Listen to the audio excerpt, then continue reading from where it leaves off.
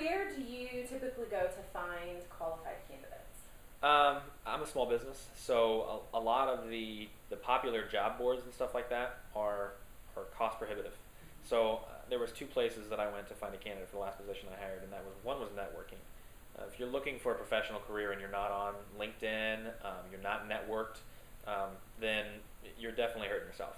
When And you say networked, what do you mean by that? I mean, getting involved in face-to-face, community organizations, whether it's business networking like a BNI or a Rainmakers Group or Chambers of Commerce, where you're going to find employers, or even just demonstrating that you involve yourself in community, that you're involved in a church or a nonprofit or a community organization where people know one another, and that you're developing social skills. I mean, that's some of those intangible skills that come along with being a valuable employee.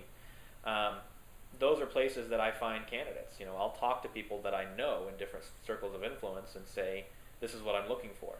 Um, those people are likely to recommend candidates to me that they know and they have met. I shouldn't even say likely. Like, they won't recommend candidates to me that nobody's met. So that's where I find candidates is through networking, and I have used LinkedIn as a technology for networking, to post just status updates or post something on my profile that says this is what I'm looking for right now. The other way is IndianaCareerConnect.com is where I found several resumes to search through, and probably weeded through a good 3 or 4 dozen resumes on there before I narrowed it down to 5 candidates to interview. But I found a lot of resumes on Indiana Career Connect. So one misconception of Indiana Career Connect is that because it's connected to the Work One, the unemployment system, that the only folks that you're going to find on there are kind of the stereotypical unemployed candidate. Did you find that was or was not the case? I think unemployment, the term, the concept of unemployment has a stigma because we're used to thinking of unemployment as being primarily manual labor, blue-collar positions, and that's just not the case in today's economic situation. You're finding top-quality talent who are on unemployment, and their resumes are available out there for people to review for free. That was a completely free resource that I could find top-quality resumes of people who were on unemployment, not because there's any of the stereotypes that go along with unemployment were actually true of this person. It's just because they were a victim of the economy right now. Good, good. So when you were considering, you mentioned that you shuffled through a handful of resumes before you selected 5 to interview. Yeah. What were the criteria that you were seeking on the resumes to make a selection to offer an interview? I come from a marketing background, and so I think that a resume is a sales brochure on a person. And if a person, one of the things that I look for in my company is nobody is isolated. They all are going to have to interact with their customers. They're going to have communication skills, even inside the company. And so if they weren't able to really wordsmith, if they weren't able to put together an impressive looking resume, or weren't willing to, or didn't understand the reason to, then that just demonstrates for me a general lack of understanding of the business world. So I was looking for resumes actually that were doctored up, not lying, but I've heard one person say everybody looks good on their resume, which tends to be true. But there are resumes that you can tell people they just put in the bare bones information. They didn't really try to sell themselves. They didn't describe their positions in detail. They weren't willing to pat themselves on the back. And it looks as though they basically filled out a template, and those weren't resumes of people that I wanted to interview. Did you post anywhere and solicit resumes that were specific to a position just for you? I did try. This is one thing that I would caution job seekers on is I posted a job on Indiana Career Connect for only 2 days, and then I pulled it back down because what happened was I stated my requirements very clearly, but I got resumes that were completely off base. But I know it seems like you're trying to get any job that you can, and it seems like the more activity you do, you'll get considered for more jobs. But that really just created a hassle for me. I received 0 qualified resumes on that job posting, even though I stated the requirements. And most of those were just sending me their resume without even. It was almost as if they hadn't even read the requirements or what the job was. They just wanted to throw their hat in the ring. And job seeking is much more detailed than that.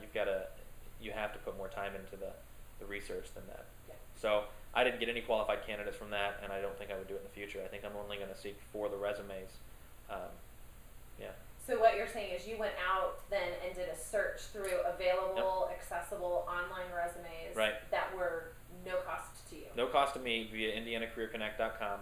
And I chose to use a keyword search, which is going to search through the resume and find a certain keyword, which means that I'm sure on the job seeker's end there are just check boxes that they can check for saying what skills they have. But in my opinion, getting back to how the resume was written, if they didn't also put that in text in their resume and they were just leaning on the ability to fill out a little survey and not have to put together a resume to put their own work into selling themselves, then if I didn't find them, that was okay with me. I wanted to find the resumes where people actually talked about their skills and that matched that way. Yeah, good. So once you'd interviewed folks, as you were going through that process, were there deal breakers for you? Were there things that in the process, you've touched on a couple of them in light of resumes, but were there things that you encountered that just absolutely weren't going to go any further? Yeah, it's easy to dismiss the resumes without even ever talking to the person, but then also once they're in front of you, there were a couple of interviews that were ended really quickly. Deal breakers are two of them for me. One of them may sound really dumb, but it's very simple. Tattoos below the elbow. Any tattoos that are going to show in short sleeve or when sleeves are rolled up or even on your hands, this is a professional environment and I just can't have that interfacing with my customers.